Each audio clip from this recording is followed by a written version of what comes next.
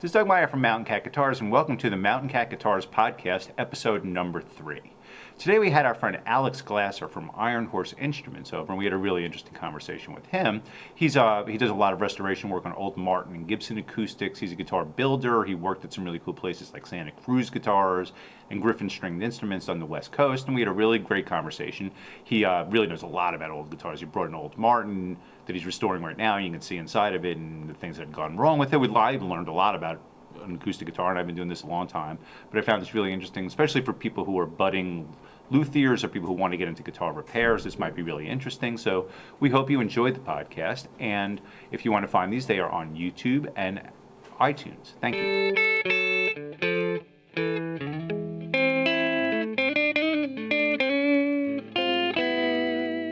Now here's the podcast. This is Doug Meyer from Mountain Cat Guitars, and this is episode number 3 of the Mountain Cat Guitars podcast. Today we have my good friend Alex Glasser from Ironhorse Instruments in Orangeburg, New York here, and this is Alex. Hi, Alex. Hey, Doug. How are you today? Good. Welcome to the lounge in Suffern, New York. Thank you. This is your first time here. Yeah, it's awesome. It's a groovy place, and we are in Suffern, New York, which is where Mountain Cat Guitars is, and Alex's shop is in Orangeburg, as I said, which is probably about 20 minutes from here. Yeah, 20 minutes from here, yeah. And Alex grew up this is Rockland County in New York, and I also grew up here. I grew up in New City, New York, and you grew up in New City, New York. So we grew up in the same town. We didn't know each other because Alex is younger than I am, although we look the same age, but we're not. And I've been doing the guitar thing for a long time, so is Alex. Alex is a vintage guitar restoration specialist, luthier, also a guitar builder and a ukulele builder. Yeah. And all kinds of stuff. But Ironhorse Instruments is primarily a place where Alex restores and sets up guitars and does a lot of these heavy restorations. As you can see here, this is an old Martin with a neck and a bridge off of it. And Alex is very well known now to do this type of work, because there aren't that many guys who do this type of work, especially around here. There are some guys, but Alex is my favorite, of course. Thank you. And so I'll ask you the first obvious question. How did you get started in the guitar business? Obviously, you were probably a guitar player. Okay. I started playing guitar when I was little, like 8 years old or so. And maybe in like my later teens, I just had one guitar. I had a Kramer Focus 3000. It was the 80s, I assume. Yes. So if I was 8, it was 1988. I was born in 1980. So You just gave away your age. You were born in 80? 80. Jesus. I'm almost I am older than 38. you. I'll be 38 next week. All right, so I am older than you. But, okay. So you were 8 in 88. Yeah. Okay. And I got this. I have it. It's fucking pink. Those are the pink years of guitars. It's You had a covered pink in- guitar. Yeah, I have it. I still have it. It's a Kramer. It's like a Strat. I remember them, yeah. Everyone had those. With a humbucker and 2 single coils, and it had a switch on it that I didn't know what it did. Right, I probably didn't know there was a doink switch or something. No, it was a single coil split. Right. But I was like 8. Like, this is awesome. I didn't know what this that. does. And it had a Floyd Rose. It was like the most complicated guitar ever for a kid to have. I know, that was if you went to the guitar shops, that was what was there back then. But it said Neptune, New Jersey, so I thought it was cool, even Right. though it was made overseas. But that still said office is Neptune, there, and they put them to they shipped them out of there or did something. But they were cheap, because they were made overseas, probably. And I bought it in New City. There was at Guitar Works. There was that guitar store. Yeah, I hung out in there all the corner, time. Yeah, right. And then Clarkstown Mall. Mm-hmm. And that store was in Pearl River originally, because I bought my first acoustic guitar there when he was in Pearl River. Really? And his father, I think, had one of the places on 48th Street, if I remember correctly. And then he opened up in our town in New City. And I hung out there. I remember, I was one of the first people to get a Floyd Rose put into a Strat. Yeah, that. They had just come out, and he it. did it for me. And I was the first, I was into Van Halen like every other kid, because when I was in high school, Van Halen was existed, And I got the first Floyd Rose of anyone I knew, He put it on? He did, yeah. He was a Floyd Rose dealer. We'd already read about Eddie Van Halen playing Floyd Roses, and I did it to my Strat. I had like a '79 Strat, and I did the Floyd Rose thing. You still have it? No, sadly enough. Once I moved to New York, and I had a friend take the Floyd Rose back out, and I just used it as a Strat. But I was never really that much of a Strat player later on, so eventually it got traded. All those guitars you wish you kept, when you were young, but you just traded for stuff you wanted. Yeah, I kept my Kramer for some reason. Oh, I know why. Because I always use that as a guitar to work on later. Right, people think did that's that. why. I'd done that to my Strat too. We changed the pickups in it ourselves because my friend knew how to solder. Yeah. You know, we did all kinds of disastrous shit to it. But I wish I'd kept it, of course, because it's like, you know, I bought it when I was like 14. You know, like it's my first really good guitar, and like, but like, you know, I traded it for something else I wanted, which I'm sure I traded for something else I wanted, which happens. But so I imagine you started tinkering with your guitars. So pretty early so I on. got that Kramer, and I played the guitar a bit. I sort of stopped playing. I was like a kid, you know. I stopped playing for a while, and then I started playing again, and I got like pretty into it. And then as I got more into it, I bought another guitar that was, you know, should have been better, and it started to break, it started getting fucked up. It was probably because I was messing around with it, and it was dry, and Right. that guitar was just more unstable than the Kramer, because I always try to figure it out what happened. Right. So anyway, it eventually made me go to borrow my mom's car in high school and go to the Sam Ash in Jersey and be like, hey, my guitar I bought here is not, it's messed up. Can you fix a guitar? And they said, yeah, it's $50.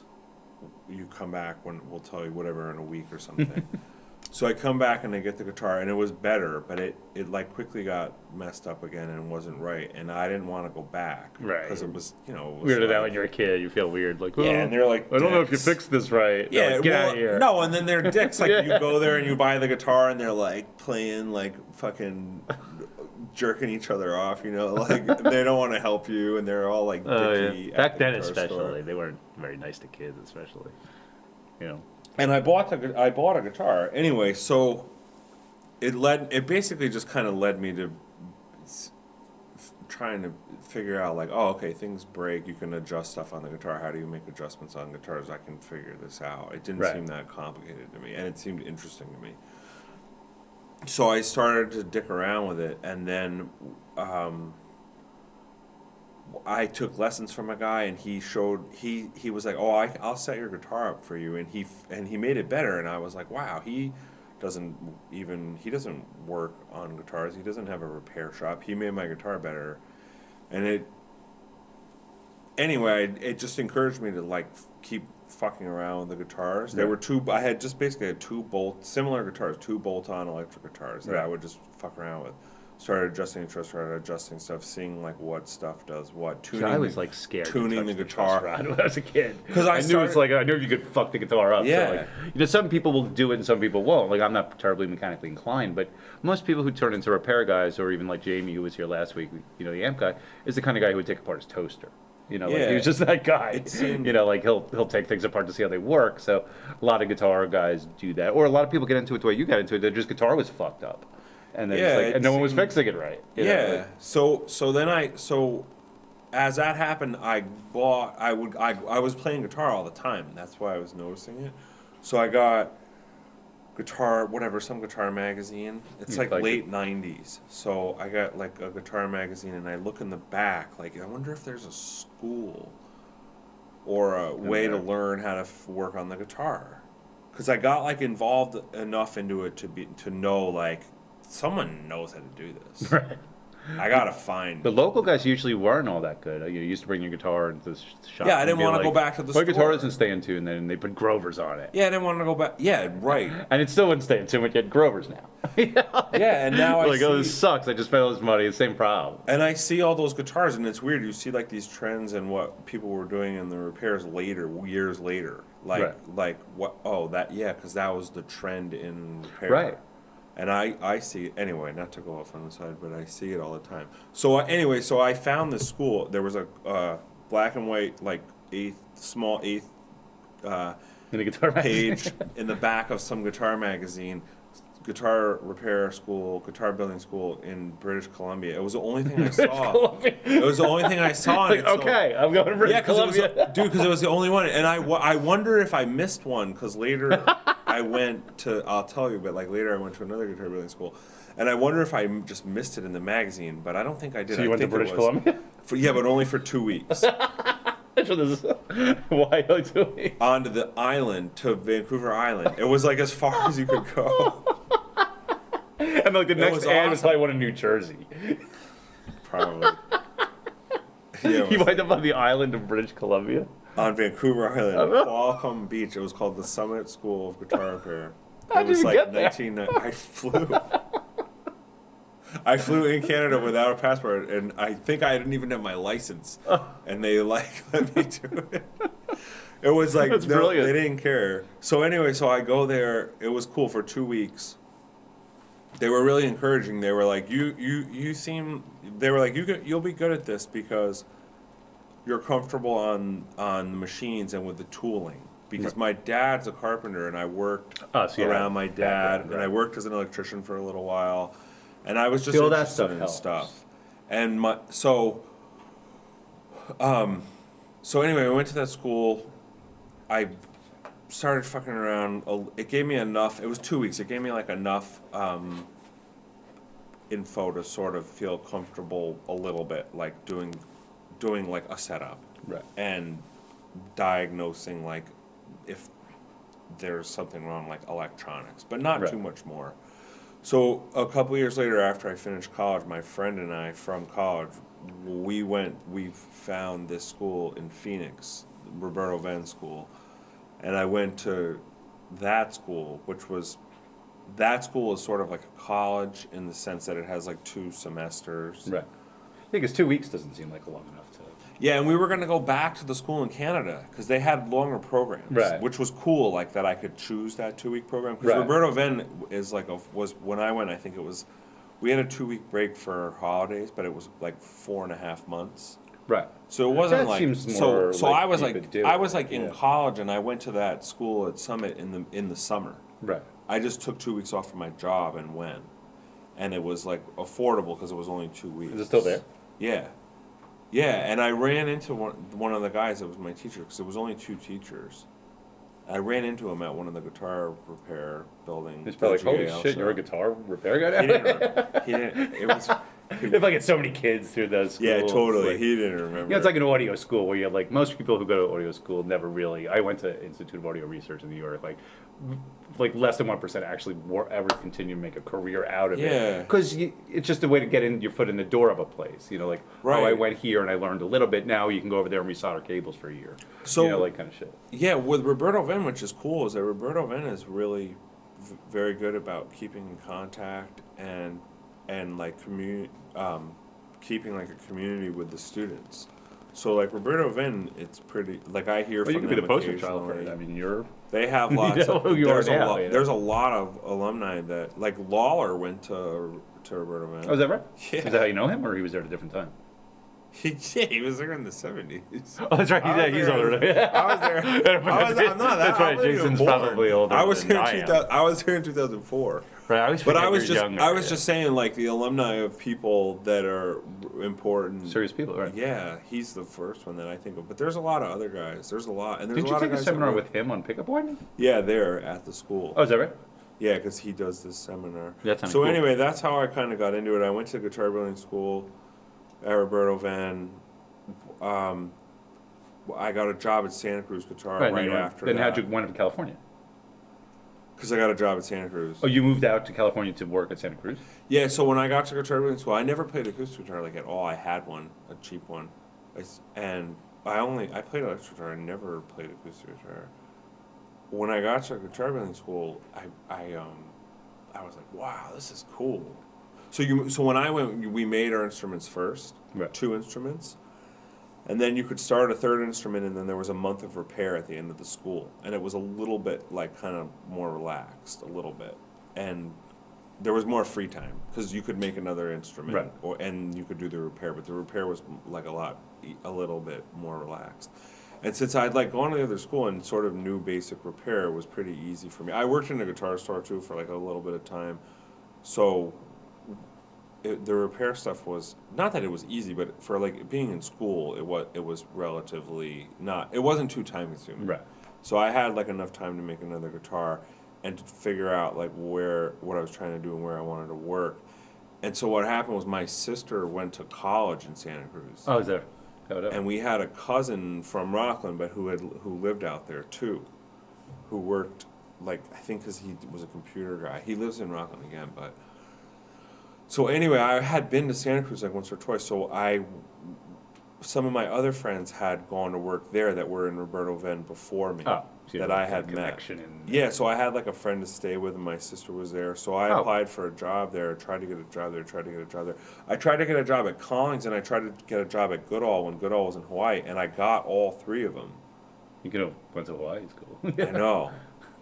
I know. It's just I've never been there. It's supposed to be really nice. Mike's been there several times. Yeah, and the Collings factory is and it's awesome. It's supposed to, I never been, but it's awesome, and the factory is awesome. That's three good choices. Santa Cruz is pretty nice too. Yeah, so I took the Santa Cruz job because I liked the it's only 15 people that work there. Like, I like the idea. Is it still that small, or it's bigger now? I think it's probably the same, but I don't know. I like the idea. You always think those companies are so big. Collings is much bigger. Collings is a big company, but they also make a lot more instruments. They make electric and acoustics and mandolins and ukuleles. Right now, now they're in big. Now they're in stores. Santa Cruz. Collings when I first heard them, was like in the early '90s. That was a small company. They were making Martin D28 type guitars. They were really beautiful. But they weren't in a lot of stores. I think Rudy's in New York had them, and a friend of mine bought one, and that's how he brought it in. We were like, oh my God, listen to this thing. Where I worked later carried them, and they were one of the first people to carry them. Yeah, the first things I saw that weren't Martin or Gibson's, like a Collings, like it's a new guitar, like the Taylors, but like it was so good sounding. I remember going like, wow, that sounds like an old D28, and it's a new guitar. Like that's pretty impressive. And then they started coming out. But I didn't realize like Santa Cruz. Yeah, but it makes sense. Santa Cruz isn't. You don't see them in tons of stores. I'd never heard of it, dude. I didn't know anything about acoustic guitar. I used to read Acoustic Guitar Magazine back in the day. I didn't know shit. You'd read about them, but you didn't see them in stores. Froggy bottom guitars, all those things. You know what happened was I didn't know anything about acoustic guitar really at all. I knew electric guitar. I thought I was going to go work at Jackson or something, right? Well, you like heavy music, so that makes sense. Or do repairs, or work at Gibson or something, and then I moved to Phoenix a year before I went to the school, and the kids that I met, totally coincidentally, were in Roberto Venn. So I met these kids a year before, and I went to the school, and I met the teachers and stuff. And I worked in a guitar store in Phoenix, so I was familiar with them a little bit. And what happened was the school had sent people to Santa Cruz before, so the school told my friends, "Oh, Santa Cruz is a good shop, et cetera, et cetera." Right. So my friends told me about it because I didn't know anything. So it wasn't just random. No, I didn't know anything. I didn't know any guitar company except Martin and Gibson probably that made acoustic guitar. Honestly, electric guitar, yeah, but acoustic guitar. Yeah, there weren't. Or the import, or Yamaha. Or exactly, or the imported company. Yeah, but you didn't go to stores and see anything. I didn't know any. You see Alvarez, right? I didn't know one Collings, Santa Cruz, Hudson Dalton, anything. I didn't know that there were. I found that there were small builders, but I didn't know that there were these middle builders. Right. Yeah, I knew there were individual guys. Yeah, guys in their basements making high quality guitars. But or guys in nice shops by themselves. Or I knew that, but I didn't know there were these in between size companies. So I found out about it from that. So when I started school, I was like, cool. I once I started and once I kind of worked on the acoustic guitar a bit, I was like, I want to go try to work at one of these places. So that's why I kind of pushed and tried to get a job at Santa Cruz, and because my sister was there, and then like I said, I had a friend or two that had gotten jobs there. Right. So I moved there and I worked there for 2 years. But you were the Finnish guy, no? Yeah, I did. I first got hired. So I got hired basically. When I got there, what it was that I got hired to go into the neck department. So it's in departments, basically. Oh, you right. have a so body. Guys over there make the neck, and that you have makes a body box over building. there. Yeah, a box someone makes building. this and someone makes that. It's not right. the same guy. So there was 3 of us in the neck department, and this guy Scott, who went to Roberto Venn, who's a really good guitar builder, Scott Walker. It's Scott Walker who makes electric guitars now. Yeah. So Scott. That's the guitar you really love, the Scott Walker's. The fellow who plays in the Chris Robinson band. This is his. Yeah, it's a really cool guitar. What's his name who plays with Chris Robinson plays the Scott Walker guitar? Yeah. I'm blanking on his name. I love all it. these Neil people. Casal. He plays the Scott Walker guitar. I'm friends with him on Facebook. Beautiful stuff. Yeah, he's awesome. He's a really good guitar builder, and he He went to Roberto Vin too. He's a little, I don't know how, he's a little bit older than me. So he went to Roberto Vin, he worked at Santa Cruz. He basically like was who hired me. Oh, interesting. And it was so I could go into the neck department, so he could move out of the neck department into more of like a foreman for the shop. Oh, interesting. So he hired me and trained me on my job in the neck department, which was to carve necks, glue fingerboards on, route headstocks, drill tuner holes. Oh, the whole thing. Not the whole thing, but a lot of it. Not the neck fit and not the initial prep, but a lot. So the end of it. Right. So if you, it's in they three. hand you something that looks So something there's like a three neck. of us. Yeah. So there's three of us. So I had the last part. Right. But over a year being in neck, we cross-trained each other a bit on it. Right. Anyway, you could do so that guy's job if you had to. so Scott trained me so he could go into like a foreman job. Right. And then he left and started. Then he made those guitars. Right. That's what happened. So he left. I left.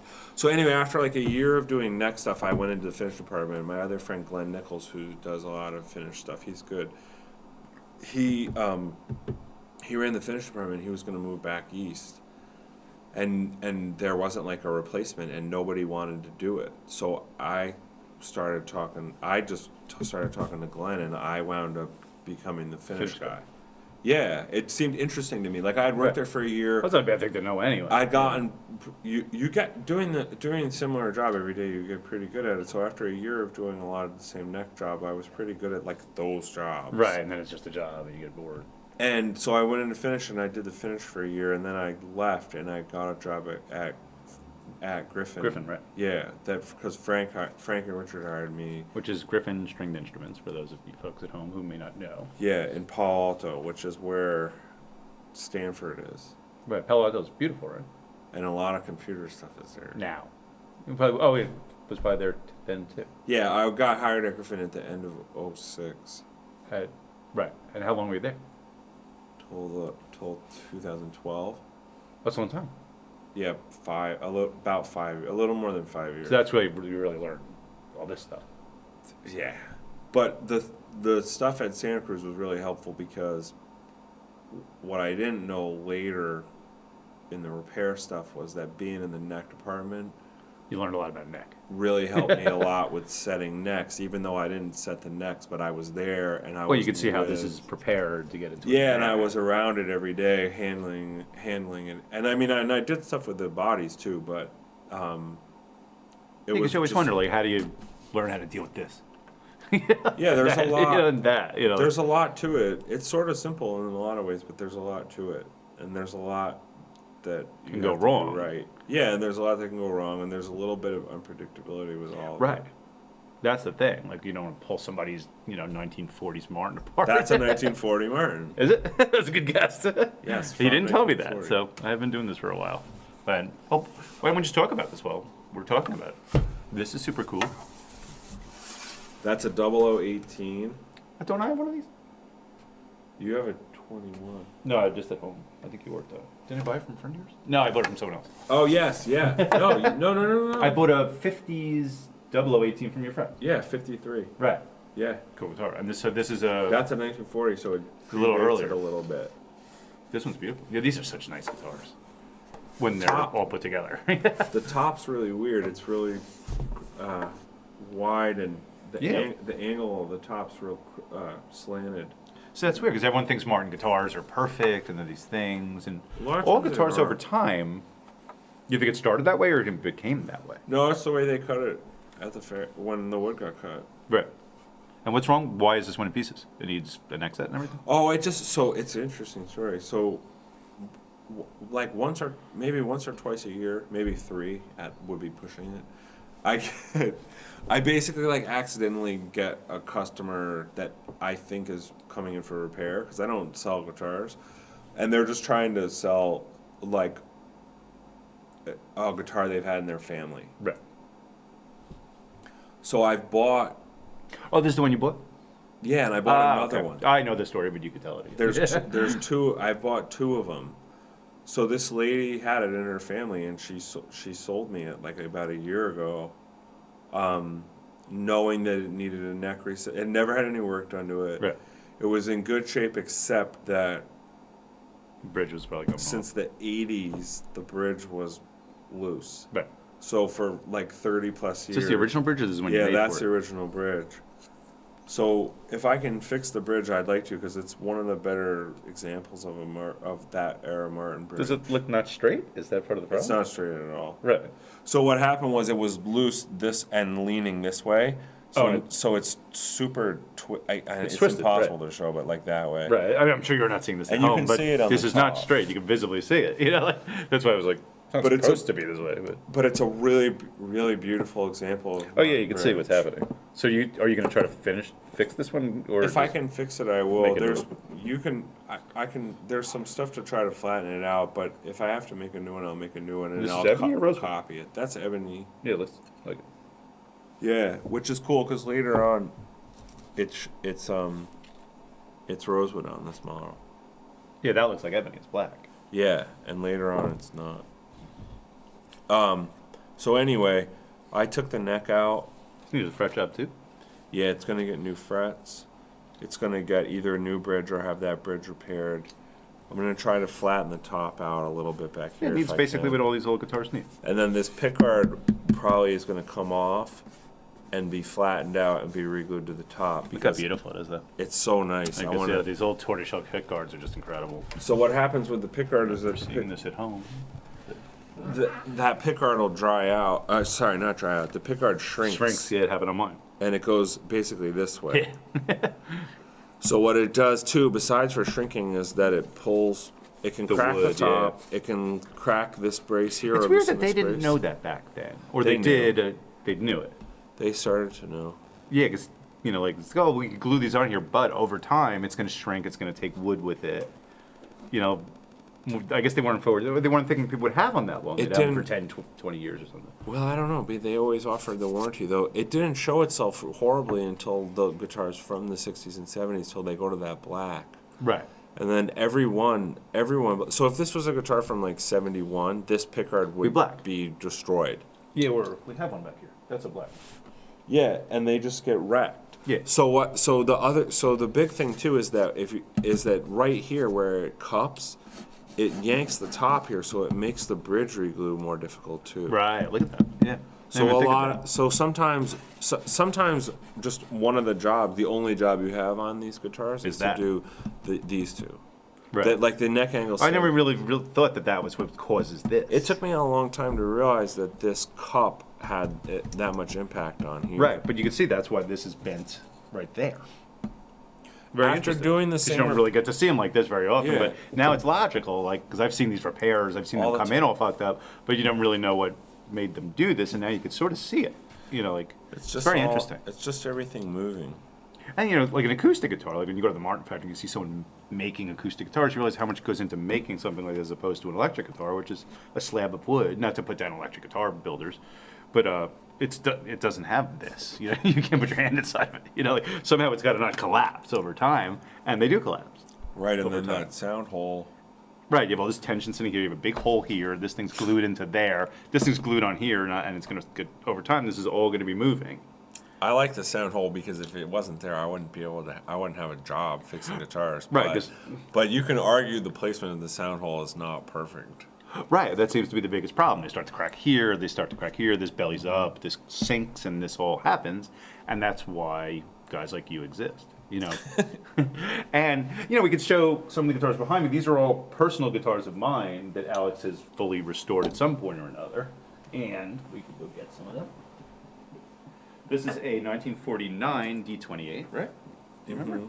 That's I always Yeah, thought that it had was. been. It And had this- some weird. You got it. Yeah, I bought this in Canada years ago. It's a Brazilian Martin, super Had dope. some weird work. It had some weird work. Most of these things have had weird work done to them, but A this lot one, of the guitars that have weird work to them sound great. I have but this one didn't. now. This one did not sound like this, and that's just my finger too. It wasn't this loud. It wasn't this bright. And it's the middle of the winter. Right. Sometimes it's not. It's weird. Some guitars in the middle of the winter sound good, and some sound Right. bad. When we were in Chelsea Guitars in the middle of winter, we'd be like, "Wow, these guitars sound amazing." They're about to sometimes fall they don't. apart. In the middle of summer, you could hear they're holding water. Like Yeah. they don't sound as crisp. But this thing is huge, and it didn't sound like that. I've had this guitar for years, This one, I think you next said, I think you refretted it. Yeah, and that new bridge. That's a bridge you built. Yeah, that bridge. You tightened up some sound. You said there was some weird There was lots of binding cracks. issues. You can kind of see them. Well, that's all, but it was a good guitar. I liked it. There was nothing wrong with it. But it didn't do that. That's the big difference between a fully restored one of these and one that's okay. I mean, it was a great sounding guitar. Brazilian Rosewood, it's loud. I just try to make the guitar be as good as the guitar can Right, be. that really was. You could hear that sound in there, but it wasn't coming out like that. Yeah. Now it's fully coming out. Everything's balanced. That's when you when you hear all the strings really balanced. I can't play that good. But that. Oh no, it needs more repair. No. Yeah, so it's hopefully. But winters are brutal on these things. If we want to tell the folks at home how they could avoid having their guitars collapse like these did. Mostly it's a humidity issue or a lack of humidity in the winter, and that's what causes them to start to implode. And you must have that all the time. I used to have that. People would come and go, "Oh, my guitar top cracked. I wonder why." And you're like, "Well, you humidified it, right?" And they're like, "I did what now?" Oh my God. You gotta humidify it. And a lot of people don't know these things, so they "Oh, but I left it in the case." And you're like, "Yeah, but that's that doesn't quite do it." My favorite is when they go, I understand all of them. I understand every not understanding how to humidify something because I've heard them all until someone teaches you. That's why I thought maybe it'd be instructional to tell people because there's a lot of misconceptions about it too. Yeah. Whether people are humidifying their guitars at all even. They're like, "Oh, well, I have my house is humidified," and you're like, "But where do you keep your guitars?" "Oh, in the basement." Okay. Yeah, and on a new structure with a nice basement, it's not as bad. But on here, right, right now, it's draft. We're in the house I grew up in. Right, or people leave them near the heater. The heat. Oh my God. People don't really think about it, and then their guitar gets fucked up, and then they learn stuff. But so maybe we could save some people. This guitar had completely imploded, this was in 1927. We decided, right? Yeah, I think so, or 29, 27. Yeah, or 29 or something, and this is a 00 also, even though it's the parlor size Little Martin guys. And I've had this one for years, but this one, I took really good care of my guitars. I always humidified them in the cases. Now I have humidifiers. I got that big repair that I lent this to you for a long time too. Right? I used to lend this to my friend Jackson. Had that. Well, I used to lend this to all my friends, but at some point it imploded. It just literally the strings were just here. Yeah, just the whole guitar imploded. I just did a D18 from 1970. And I took good care of this guitar. I always, I would do the sponge in the case thing, and I was religious about it, but I still had this one implode. And you said there were a lot of issues to begin with. You made this bridge, I could tell. Yeah, it had that weird pickguard on it. It had a weird pickguard. I tried to copy the Perry Bechtel pickguard. I don't know if it looks that good, but now this guitar sounds incredible. I mean, it sounded pretty good right until it was dying, but it never sounded like that. It's incredibly loud now. Yeah, it needed a bit wider bridge this way. Yeah, it was never loud like this. I mean, this is a little guitar is way louder than that D28, and they would say the little guitars sounded better, and that they were bigger sound. Even So though they little made guitars. that. They made that. That was a big guitar in the 1800s. Right. This was everyone think we consider a guitar didn't come out to the 40s. This is big. That's a big guitar. Right, and that's not a full size dreadnought. When we consider a regular size guitar, it didn't come out to the 40s. Dreadnought. This was the 20s. Yeah, the Dreadnought. I think the first prototype, first ones are in the teens. Oh, were they really? Yeah, but they're not Martin. Martin made them, but they're not. I forgot what they are. Ditson. I can't remember. And then in the 30s, they started making them as under the Martin name. So there's 30s, 33, and that was the 28. Yeah, D1 and D2, and then they changed it to D18, D28. Oh, interesting. It's the same thing though. But first one are called D1 and D2. See, I never knew that. Which is D18. It's the same thing though, and then they make it D18 and D28. But this one, you did a beautiful job on too. And this one again sounded good, but it never sounded like this. No, that guitar got awesome sounding. That's the best. That's the best thing about doing it is when you finish the guitar. Basically, every repair I do, I think takes me too long, and I think it's like a lot of money. Everything I do, I always think. No I matter what know. it is. Yeah, But I know it too. I always feel like every time if I I'm charge the done- normal price for a guitar, I feel like I'm like charging too much. But I can't. But you can't live on it on what you think the pay. Like my friend just said to me, who's a good guitar repair guy who I work for in California too. He was like, you can't charge people what you think the repair, what you want to get charged for the repair. Right. He's like, you have to charge like what the repair costs. Yeah, or you just right. You know, like that's a lot of people struggle with that in our business because you don't want to like put. I know most of my customers anyway, so Me you don't want too. to overcharge people. I haven't taken a I don't want to charge. I want to give it to them. I like them. You know. Yeah. So you always wind up, you know, like just At this point, giving stuff away, basically. yeah, and at this point, I'm taking in work like 6 months of the year. Like I can't. I'm not even like taking in work half the year. I know. Well, we can So- get into that too because there aren't, you know, as far as I know, there aren't that many guys who could do this kind of work properly. That guitar, the way it's really, that's one of the better things about it is that like when you're done with it, you hear that it changed the way it sounds and then it plays well, and then Right. you'll play it like Right. like the best things that when people say when you're done is like, oh, now I can use this guitar, or Right. now I can gig with this guitar, now I can play this old guitar that probably otherwise was Yeah, shot. because that's why I have like a soft spot for really fucked up guitars because you want to save And stuff like this like fucked up too. people, you know. Yeah, and stuff like this where the value isn't ever going to be extremely high, but it's still an old guitar. Yeah, this is my guitar. I've had it for a long time. Bought it off a friend a million years ago. I mean, we lent it to all our friends. Had it at some point or another. And then I looked at it one day and it imploded. I was like, oh, it's Yeah, it was so fucked up. Yeah, you open the case and you're like, what's wrong with that guitar? I'm like, oh, the whole thing is in. The whole neck It's cave's gone. Yeah, it was all smushed in here. You know, like, and then you would have people come to the store and be like, look what happened to my guitar. Like people would get a top crack and they'd be like, my guitar broke in half. And you're like, no, it's just a top crack.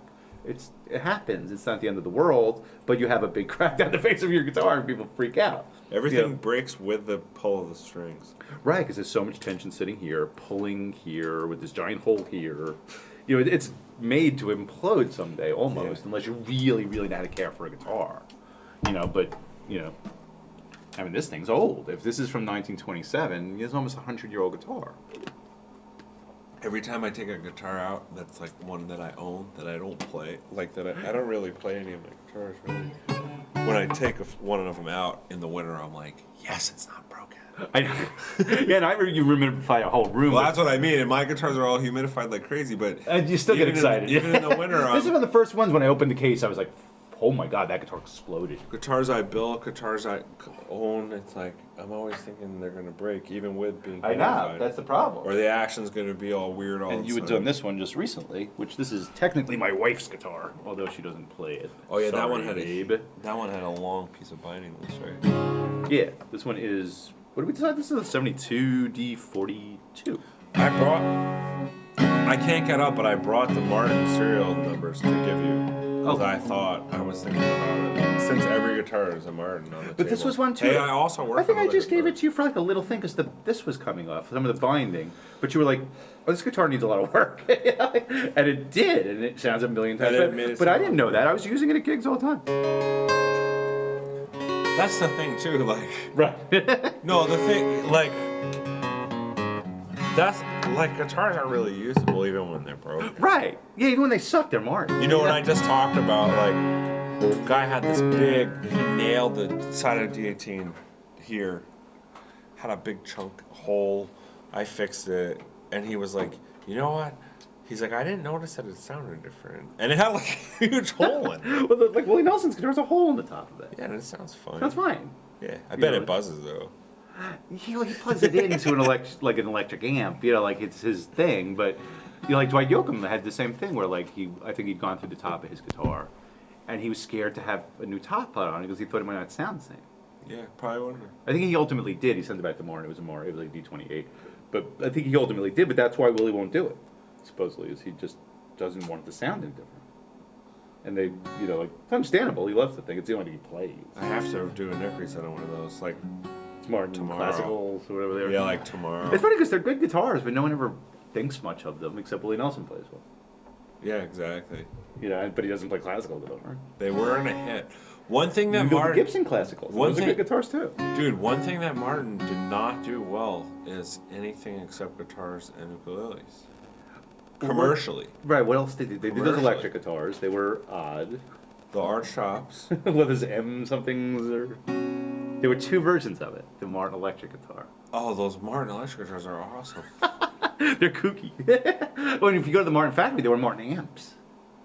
Someone just I never told saw me- it in person, but they're... Someone just told me they have one, and it's like one of the best amps I've ever heard. And it's someone that... I And think they're solid state amps, but I never even knew there was an amp, but if you go to the Martin factory, there's amps. I've never saw it in person. and I work for them. I do. They're the only company I do want to work for them. At least don't affect the amp. It was like a big, thing. It was a solid state amp, I think. Everything I ever play that came out of there, though, is good. It's interesting why, like, some stuff is, like, totally not commercially successful at all. Right, well, it's like a, Like, at all. Like, It's a weird because failure. Fender could Their never arch get an tops. acoustic guitar. Right, same thing, like But Fender Gibson can't- could. Like, how can Gibson can have an acoustic That's the and an thing. electric, They're but the Fender's only not one. allowed to. They're the only one. And But they will put out those weird Fender acoustics, the Catalina, the things with the metal things.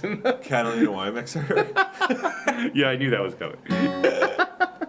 Alex and I share a love for the movie Step Brothers. So if any Step Brothers fans out of here, you'll understand the Catalina wine mixer reference. That is a guitar, though. We had one. That was what it was called, right? It was Palomino. Yeah. There's the ones that Elvis was always, using them in the air, but you never saw anyone use one for real. No, they weigh 1,000,000 pounds, I think, from They're what I weird. remember. And there's a 12-string, a Villager, I think. Yeah, they're all like. And it's always all fucked up. Yeah, they're always broken. It's like an electric 12-string neck just jammed into an acoustic guitar body, and they sound kind of cool, but just not like they're always like so unintonated. But they would come to Chelsea all the time. You would find those things, like they looked like the They're like Coronados, but like the They're same like, neck. They're like guitars that you can just be like, no, you just have to play it. That's like what we were just talking about. Like, no, you don't get to fix these. You Yeah, don't even bother fixing it. Just play it, right? If it breaks, it breaks. Yeah, just forget it. It's fine. It looks cool. Use it in your video, but they're like, but that's what they mostly were. They were on the. They are cool though. Like Elvis, it was taking the picture with it, but you never saw him playing it at a gig. And someone, honestly, I don't know anything about them really. Like, I don't even know. Did they make them at the electric factory? There? I don't know. I don't know anything about them. I assume they wanted to be like, hey, Gibson has an acoustic guitar. I know when I lived in How come we Phoenix- don't have an acoustic guitar? Right, I know when I lived in bullshit. Phoenix, I would see them a little bit. I never see them out here really. We used to see them in the city. Chelsea guitars, we'd You always would- get them. yeah. They were always a little screwed up and like. I think because I'm like hard to find. I get. You probably find a lot of them in California. I don't know how many they sold back then. I don't even know if they were expensive or not, but I have no idea. you mostly just see them in ads. You see them in all the ads for some reason. They were really like pushing They did a lot of weird things. They did some really strange amps. They did all the solid state amps, like Fender? Yeah, all those companies were trying to, keep with the times. So they did like weird shit like those acoustics. Remember they made that like a yeah, forget it totally. Yeah, but Martin All didn't this- so much do that. But they did make the electric guitar, and they made the weird amp. Yeah, and so they made those arch tops back in the That's day right. and it's interesting because That's right. They made arch bombed. tops, and they didn't do well. And now, like what people used to do is they would find the old arch tops and put flat tops on them, and they turn into They turned it into the they M. turn into that basically. They turned it into the M, Right. the exactly. M36, and Which the is a very M38. valuable guitar. We did that conversion a couple times for people. I have one. Guess what? I have to work on when I go back to the shop. that guitar. Yes, Wow. a '70s one. So in the '70s, they started making it. Like in the city, Umanoff they did them. They Right. put the tops on them. They converted them. People Right. still do them. We used to do it. Yeah, like Yeah, because people- it turns into a super duper flat top People instead still of convert them. but the arch top. I remember we got one and So- someone converted it, but I played it yeah. when it was still an arch top, and you're like. So- This is awesome, but it's an arch top. Yeah. Unless you're going to play an arch top, it's not what you want. But Right. if you want to play a flat picking thing, you put a flat top on it. You have a, I did a neck reset on a old one, like an early one, that had a beautiful set of rosewood, right. Yeah, the Brazilian rosewood have most of the time because they're old. and it had bar fret. Is difficult. It was a difficult guitar to work on, but it was really good, and I thought it would. I mean, it's an arch top guitar, but I thought it was a really good guitar. But I think that from what I know too, that the early ones were the ones that were really good, and then the later ones, which is not a huge Right. span, but it's not like you're talking about a huge span of That years. happens. Something changes or something. But. You're not even talking about a big span of years. So let's talk about. So after you worked at Griffin, you decided to move back here and open your own place. Yeah, so I worked at Griffin for like 5 years. Towards the end of me working there, I wanted to move back. And Griffin's a guitar store. It's not. It's a Santa Cruz store. Guitar is a store, so you're the repair guy. It's a store in the front, and then a small but very good repair shop in the back. Right, serious good repairs, restorations on these kind of things. There was 6 benches, so there was usually like 2 to a lot of repair duties. 5 guys working. Oh, it's a lot. There always was at least 1 or 2 people there. Most days there was like 4 or 5. Oh, serious repair place. And then Frank Ford was who ran the repair department, and then Richard Johnson owned the runs kind of the. That's still there. It's all the same people. Yeah, it's all still there. And so anyway, Frank hired me and taught me all this stuff, and then a friend, guy that I worked with who his name is Brian Michael. He went to the school a few years before me. There's a lot of people go to that school. Yeah, another guy that we worked with, Ben Redwood, he went to the school, and he started about a year after I did, and he worked with me through most of the time we were there. And then Michi Matsuda worked with us, who's a really good acoustic guitar builder. This was all perfect. Yeah, he worked with us guys, one day. He only worked with us 1 day a week, and then he built he's a full-time builder.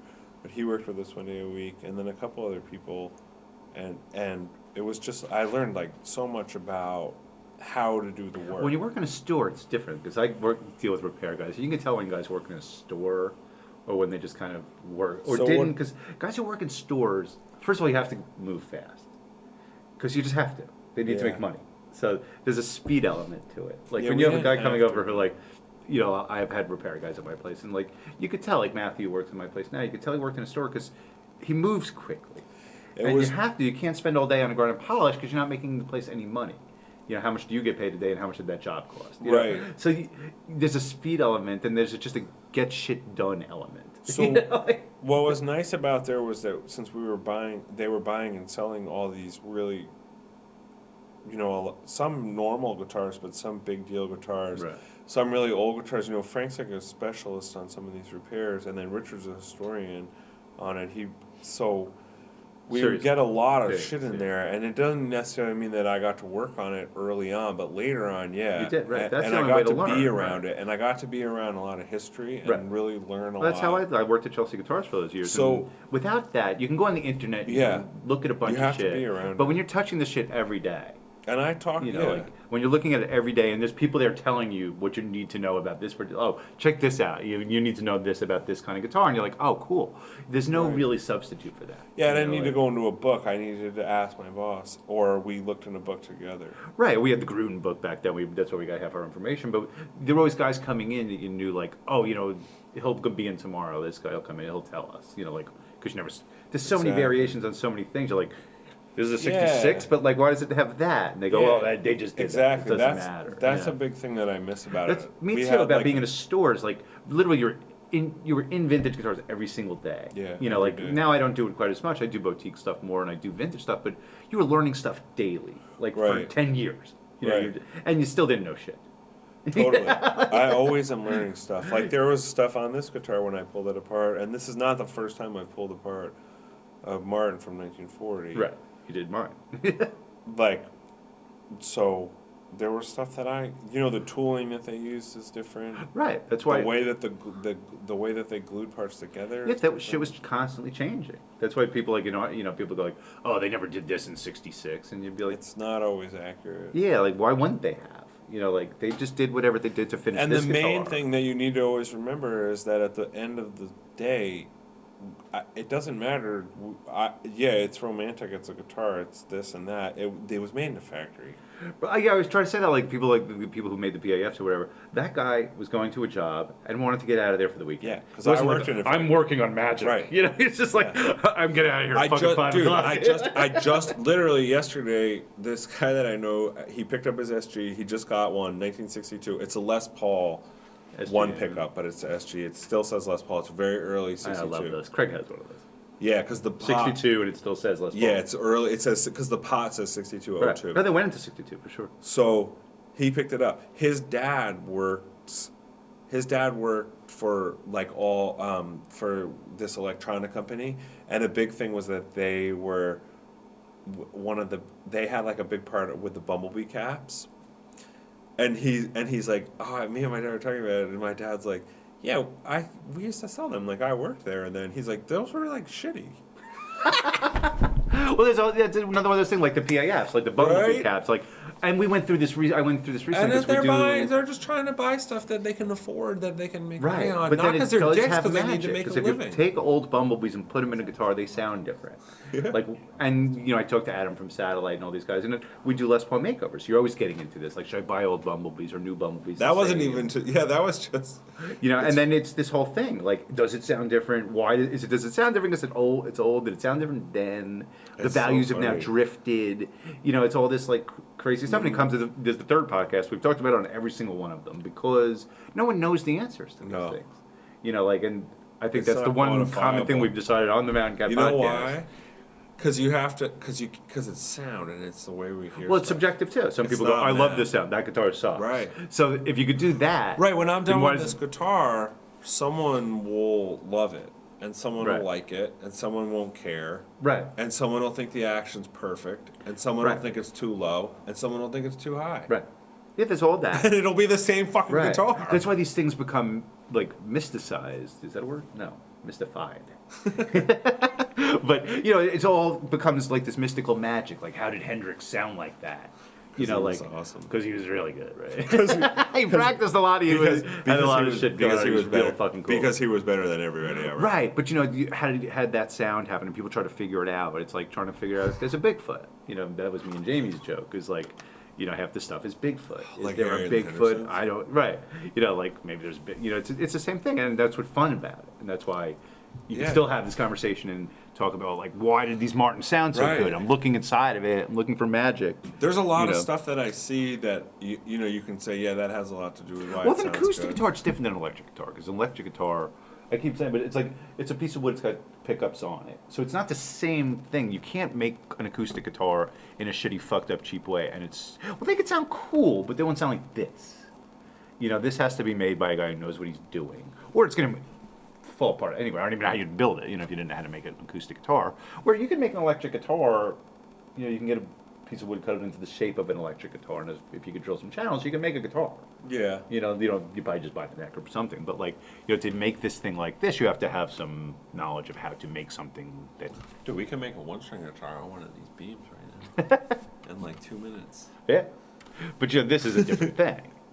So you could almost see why an acoustic guitar would sound good.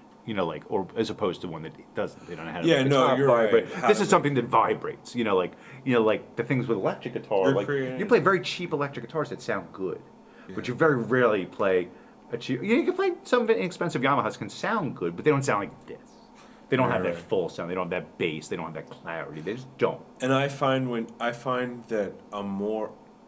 that when you play stuff on each end, right? I feel like there's a really good middle ground of instruments. That's great. Yeah, Alvarez is Like all there these could be no great- more guitars made for a really long time. We would be fine. Right. When something's really shitty, you know it's really shitty. Right. And when something's really good, you really know that it's really good. You really can hear it. You can really Right. say. And I remember these few instruments here and there that are That did it for you. Yeah. right. I know it was a J200 at Chelsea. I can difference- still remember the way it sounds. Right. And this was 20 years ago. Just strumming, you're like, They're few Oh and far my in between, God. but Right. but like when they happen, and one time I had it happen with Frank, who I worked for, where I was like, okay, it's not just me. Right. He would never really play guitar. He's Right. a repair guru, and he wouldn't play that much. He can play guitar, but he wouldn't play that much. He would do the repair, done, Right. plays, whatever. It was like one of these guitars. It was a big deal. It was like a big D28. One of the early ones. It was a big deal. We were repairing it. It was like big money. right. And so when stuff comes in like that, you would say, you're judging it, right? Right, you want to check it You out. have to judge it. Right. Right? Like, why is it that much money? That's the thing what's so special when you about really it? spend time with all these guitars instead of just reading about them. It becomes a different thing because you could see, I could see why this is a thing. Dude, he played one chord. He Yeah, was sitting the down heavens open with up. his back with his back to me, and I And you're was like, like, whoa. I was like, what the fuck was Yeah, that? that would happen at Chelsea. You just take out a guitar and be like, oh my God, why does this sound like this? It's a 52 Telly. And then you'd pick up, a 52, different 52 Telly didn't do it. So you're like, Yep. okay, they're not all good, but No. they tend to be good because Yeah. of a lot of reasons. But they're not all magical. Like bursts aren't all amazing, but they're No. by and large they were. There was a period where they were making great guitars. This was made by people doing really great guitars. There was a bunch of stuff we don't know why it's so great, Dude. but they were good guitars. And then you don't find that in the '70s because for a lot of reasons they were not the same guitar. It was not the same people making them. It was a much bigger corporation that owned it, and they just were doing things that we now know are wrong. But some of them still sound really good. 74 Les Paul Cups. You find like sometimes they're heavy. Yeah, but I just they did could sound good. I just did a 70. It was awesome. Right, 70 is still top. good. Once you get into like 75, 79, 70 gold top. It was really good. I mean, it Yeah. needed a shitload of work, and it got refret, Right, because they have little frets. and that but- makes a huge difference. yeah, in every, Even if you suck at doing refrets, it makes a it's huge still difference. better. Right. Yeah, I'm not saying like, oh, because I did it. Right. No, it makes a huge. A lot of people don't know that. Like people bring in guitars to me all the time. They're like, "Oh, my guitar plays There's really a real bad," and you're small- like, "Well, your frets are kind of like all flattened, and they're gone basically, and yeah. it can't work right. It'll never have that sound." I have a strong opinion on how I want the frets to be, but I also never want to push people doing Well, you can feel weird, but you go more like, work. well, like I could set up your guitar, but you need new frets. So to set it up almost so I can make it better, but what you need is new frets, and it's not a cheap job. No, But it takes me all forever. to do. yeah, and it's not. But it's it's like when your car needs a new engine. It needs a new engine. Yeah. Like you can't drive it with the old engine. It may drive for a while longer, but it's not going to work right. It's going to break down someplace. Yeah, and I think it's a shame in some ways that there's a lot of. I see why there is, but I think it's a shame that there's a lot of resistance to people using like different, like stainless steel fret wire or And what's your opinion the on that? Evo wire. I don't really have as much experience. I'm sure you've done a lot of stainless steel refrets. But Yeah, I'll tell you everything I know about it. what's your opinion on that? Because I hear all kinds of things, and I have an opinion. But what's yours? I have yours is probably some things that okay. I don't know if it's my opinion. First thing is that it doesn't break your tools. I've heard that. That's the first thing that I hear people saying. It I've heard doesn't that break one. your tools. It's okay. Followed by there's different kinds of stainless steel. Oh, is that right? Yes. Well, So you it's get not- your frets. So from, not every piece of stainless steel, even from the same company, is the same. Stainless Oh, is that steel. right? Yes. Oh, so maybe one kind did break some guy's tools. There's different magnetic properties to the stainless steel. Ah. There's lots of different stuff with it. So anyway, I like it. I like it on electric guitar. See, I know people who got stainless steel refrets on their electric guitar and hated the sound and had them taken out. It's harder against your hand. Right. So that might be something that you don't like. You know what I Right. mean? Like you might not like the feel of that.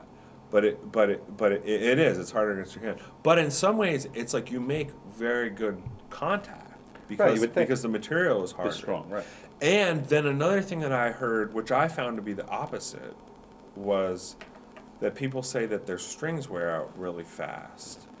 But I found, honestly, the opposite, that I feel like the guitars that I have stainless steel, my strings last even longer.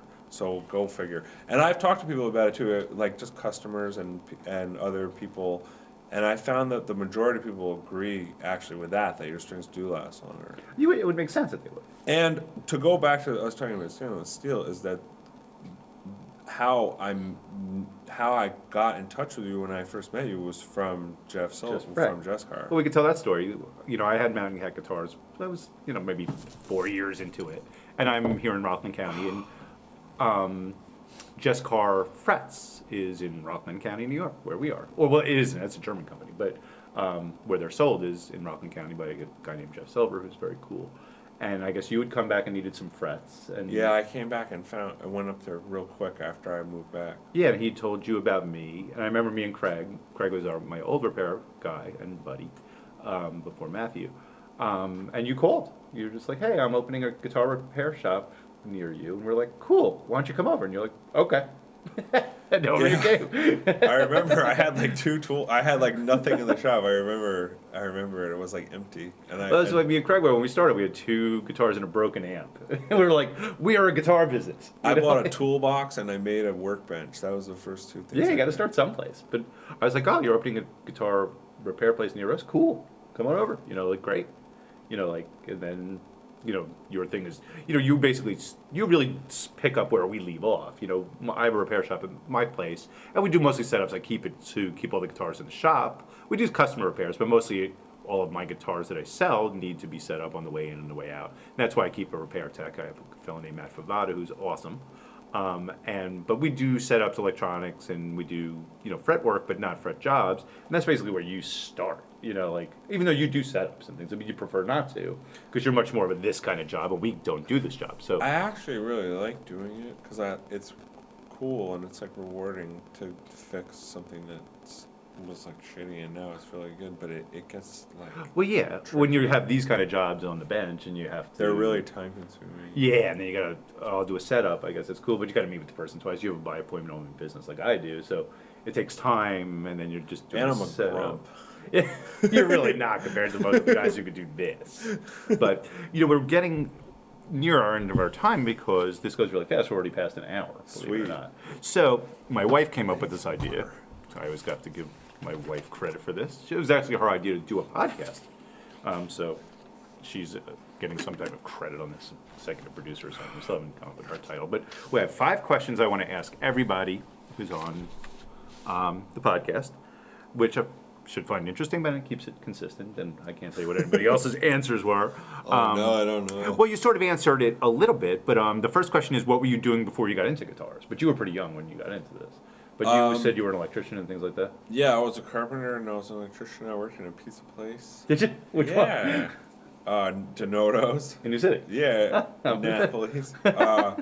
I worked in a kitchen. I worked in a bunch of kitchens. I did that.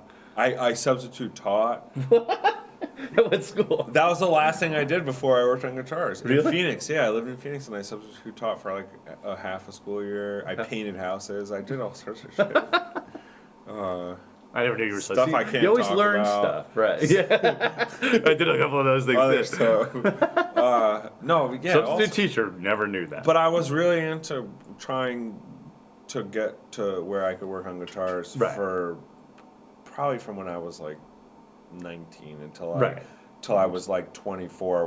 Once I started Rotovin, I never had a different non-guitar job. Right.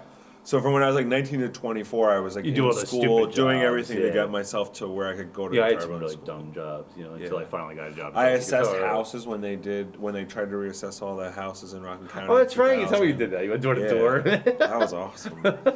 All sorts of shit. I don't know. Yeah, stupid jobs are fun. Here's a good one. Well, this is something different, but what are you listening to these days? You listen to heavy music. You play heavy music, right? I listen to, Because you restore old acoustic guitars, but you don't play old acoustic guitar music. I'm into some of it. I try to, but I'm terrible at it. I like some old acoustic guitar music. But you're primarily a heavy music guy. And you like play in a band, steel right? string. No. Or you were recently. A little bit, maybe. I play in. I like old steel guitar and old acoustic guitar though too. So like I like a lot of like old blues, like Sunhouse and it's hard not to like that stuff. Fred McDowell a little later and anyone blind. Yeah, the blind people are good. I don't All know of why them. that is. Blind Willie McTell, But I Willie listen Johnson, to a lot of that. Blake. And then, yeah, I listen to a lot of that. I listen to a lot of like Blind Jefferson. I listen to a lot of Rush. Well, the Holy Trinity. And Led Zeppelin and Hendrix and a lot of metal, a lot of Oxbow. Yes, I knew there was a metal thing in there someplace. A lot of comedy, David Tell. I work by myself, so it gets weird. Yeah, I listen to some weird shit too. I listen to a lot of indie music. But Yeah, it gets weird. I listen to a lot of Michael Jackson. That's weird. The first record I ever had was Michael Jackson. Was Thriller. Well, that was normal. Yeah. That was the record when you were young, probably. So- That was the biggest record in the world. You know? Yeah. Every kid probably had And it. I was scared of the laugh at the end of it, of Vincent Price. It was scary. I'm still scared of it. That video was scary, actually. If you were not doing guitars, what would you be doing? Oh, that's a good question. Jamie had a good answer, and it was logical. I think I would be a teacher. I can see that. You'd be like the cool teacher. Or I think I would try to be like Anthony Bourdain or somebody like that. Cook? Like, no, like just go. I just go places. Nothing to do with cooking. I mean, I would eat. Right, just that it'd be like Anthony Bourdain if he didn't cook. Somebody that does just something where you like travel over and just And get just weird. do stuff. I always think I probably couldn't handle it, but I would maybe something like that. But That's- or probably just I would probably realistically be a teacher. Yeah, the Anthony Bourdain without the cooking is like... or maybe I would be. It'd be like Hendrix if he didn't play guitar. He was just like a regular guy. I might be a carpenter. I probably would have been a carpenter too, like my dad and my brother. Yeah, that's generally what happens. Here's an interesting one. What is one thing most people do not know about Alex Glasser? Oh my god. And you don't have to answer it if you're not prepared. That I love horror movies? Is that a good one? Well, you can tell by what you have on, if you don't mind showing any of those. Alex and I share a tattoo artist, because we're friends, and we're friends with our tattoo artist named Jen, and she's awesome. She has a place called Monarch Tattoo. You want to show that? Oh, she's sure. incredible. We wanted to show Jen's work because we just love Jen. I don't know if you could zoom in on that, but we both have lots of Jen's tattoos. You have more than I do. Yeah. Way more. You have all of them down your leg. Yeah.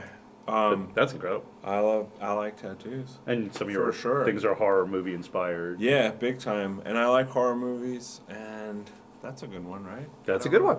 I like to cook. Is that a good one? I didn't know that. I like to cook.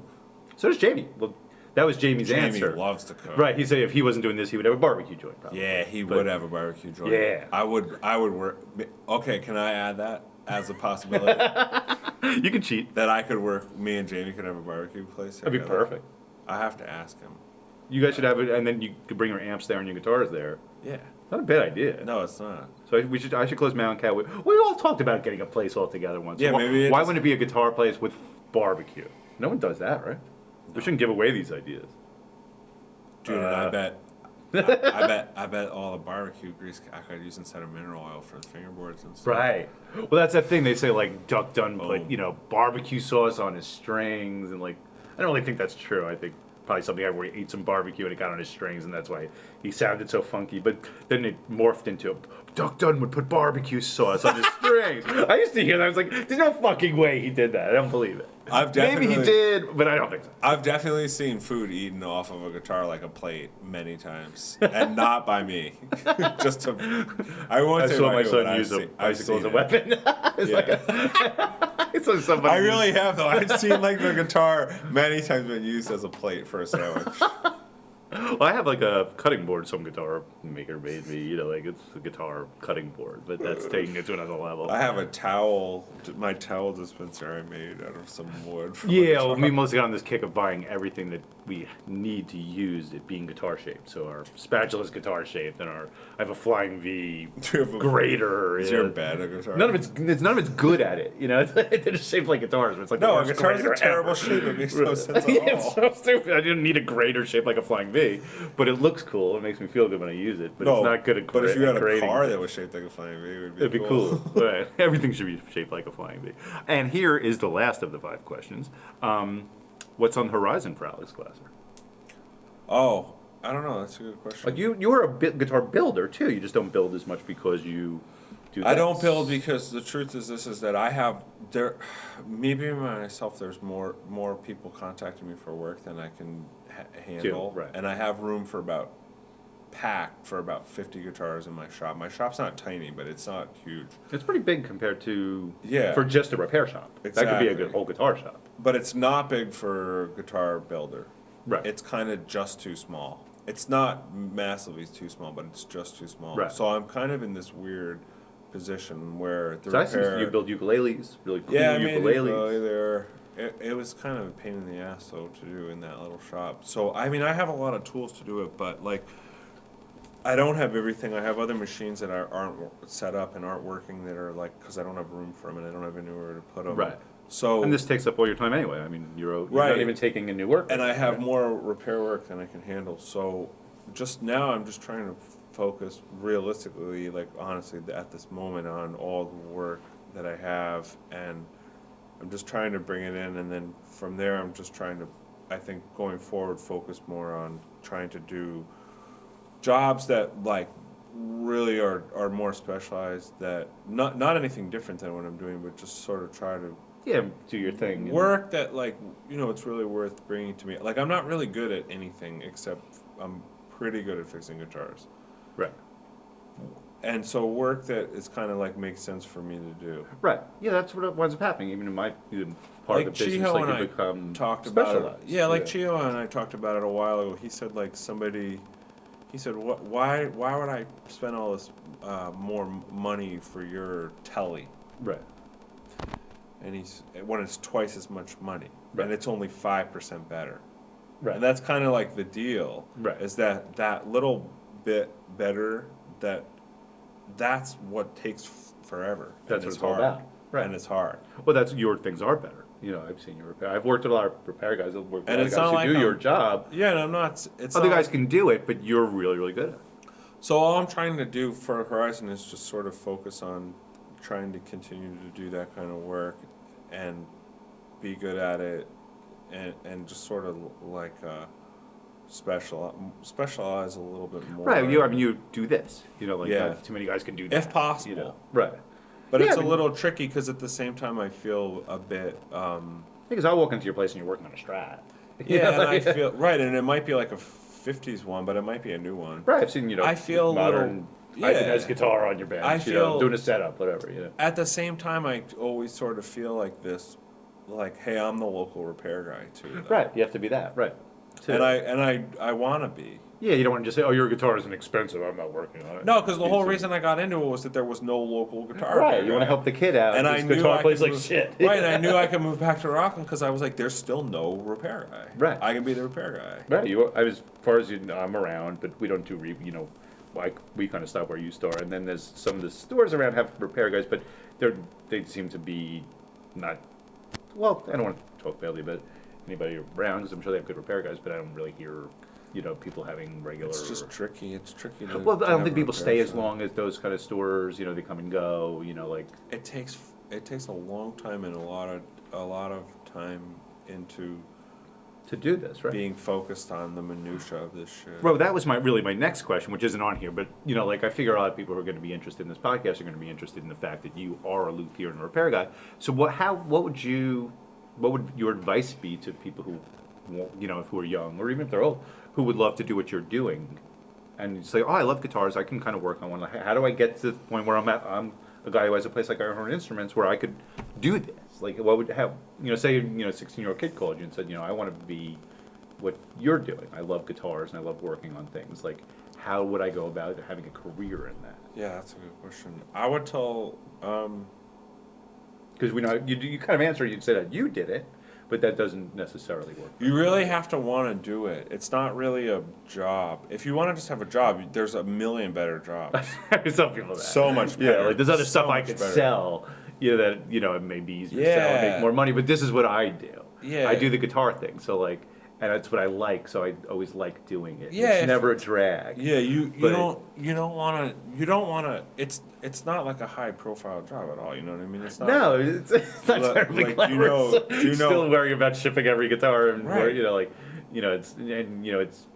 I'm sure selling annuities or whatever it is, you can make more money maybe. Right. I don't know because I've never sold them. But yeah. So if you're just trying to get a job, don't do this. Yeah, this is more like a lifestyle. Like most of my friends are in the guitar business. Right. So you gotta. It's a group of dudes who do this. Yeah. And we love this, and that's why if you go to a guitar show, it's mostly a bunch of dudes like us, bullshitting about some guitar that's sitting there and having a great time. You really have to get excited about it and have some kind of passion for it. And you have to put up with a lot of crap because even my first jobs in the guitar business didn't pay much. Usually pay nothing. I was psyched to have it. I didn't. This is fucking awesome. Dude, I get to work for nothing. Yeah, man, I didn't talk about, but the whole time I was in California, I also worked for this guy Jeff Trowgett, who's a guitar builder, and it was awesome. I worked for him like it was a real part-time job, but it was really awesome because the full-time job at Santa Cruz was a little bit hard, and you were putting up. I'm not gonna go into detail, but it was there was a lot to deal with. Yeah. And it was hard, and it was discouraging, especially being young, getting into it. Yeah, it's scary. You're dealing with expensive shit. So you really have to, you're gonna just like anything. I'm sure if you were trying to do some other job, there's going to be times where you're going to question, like, hey, I don't want to be a lawyer. Hey, I don't want to. Right, I'm sure it's hard. In your first case, you fuck it up. Right. Yeah, and anesthesiologist, I just killed whatever the fuck happened. I don't kill guitars, man.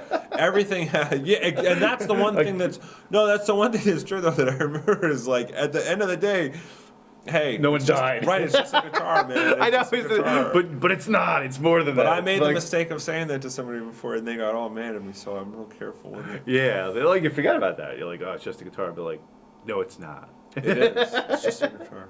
Right, it's a bunch of wood, but no, it's not. well We wouldn't be here built. talking about it if it was just a piece of wood. No, these guys had it figured out pretty well how to make this, and you can still make this. And then guitar somebody's now. got to fix this, and then that's when someone's got to ultimately sell this. You know, and I talk play about that. I play a lot of these old guitars fixed, and some of them are really good, and some of them are good. And then I play a lot of new guitars, and a lot of them really aren't good. But I play some new that I'm like, wow, this sounds amazing. Well, this is I always tell people this is the golden era of guitars, really, because these still exist. That's what I mean. New stuff is being made that's great, and there's everything. There's cheap guitars that are great. They're made overseas. They're great. Yeah. You know, you can get a Yamaha guitar that sounds great for not that much money, which wasn't the case when I was growing up. A cheap guitar was awful and it was unplayable, and you had to get a lot of money to get a real guitar, and you just tried to learn on these shitty things that wouldn't tune. And now you can go to a guitar center for $100 and get a really good Fender acoustic that sounds fine and it plays in tune. And it's fun. Right. You know, and Mexican Fender guitars are fucking great. And a They're teenager squares, can right? save, if a teenager has a job like I Right, did. for $500 you can get an amp and a guitar and be in a band. Right, you can save $500 if you were a teenager. You can get an Epiphone guitar and a Black Star amp, and you were in business. And the stuff sounds good. Exactly. So it's like you don't need to have. I'm a vintage guitar guy. I love old gear, but you don't need that to be in a band. You prefer it, but like you can get new stuff. That sounds I play great. all Go modern. Join your band. All the stuff I have is modern that I use. Right, because it's like old stuff is tricky. I use old old stuff. amps. I love them, but they're old. Yeah, I use a modern old. amp and a modern very normal guitar. A lot of guitar builders do that. I know guitar builders who don't even have a guitar, or they have one guitar, and then they would sell it to you though if you could afford it. They'll just sell you their guitar. Yeah, I didn't have a guitar to bring. Exactly. I think when that came up with Jeff in the first podcast, I was like, most guitar builders don't have even their own guitar because you sell it because you need to build more guitars. I have one, but I didn't want to bring it. That was it. But that does happen. And the rest are in parts. Well, and this guitar is mine. Right, technically, but you're going to sell it probably. Someone should buy it. Right, see? $10,000. It's going to go, yeah. Call us in like 6 months. Email it'll be me done. no sooner. $10,000. It'll be done in a week. Exactly. So why don't we wrap this up? If you want to know more about our shop, it's mountaincatguitars.com. We hope you enjoyed the podcast, and we really enjoyed talking to Alex.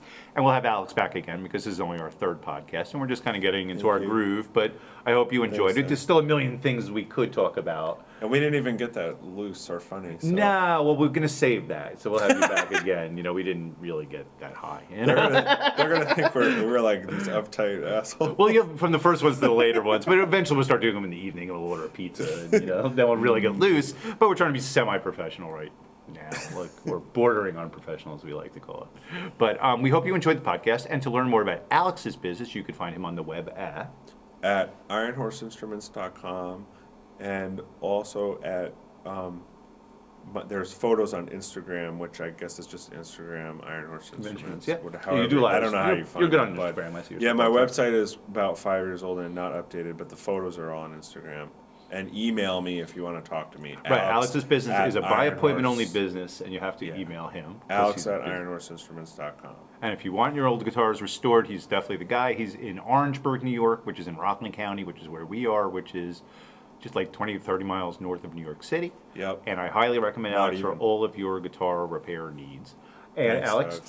it was great seeing you. Thanks, and great buddy. having you on the podcast. Thank you. And we will see you guys soon.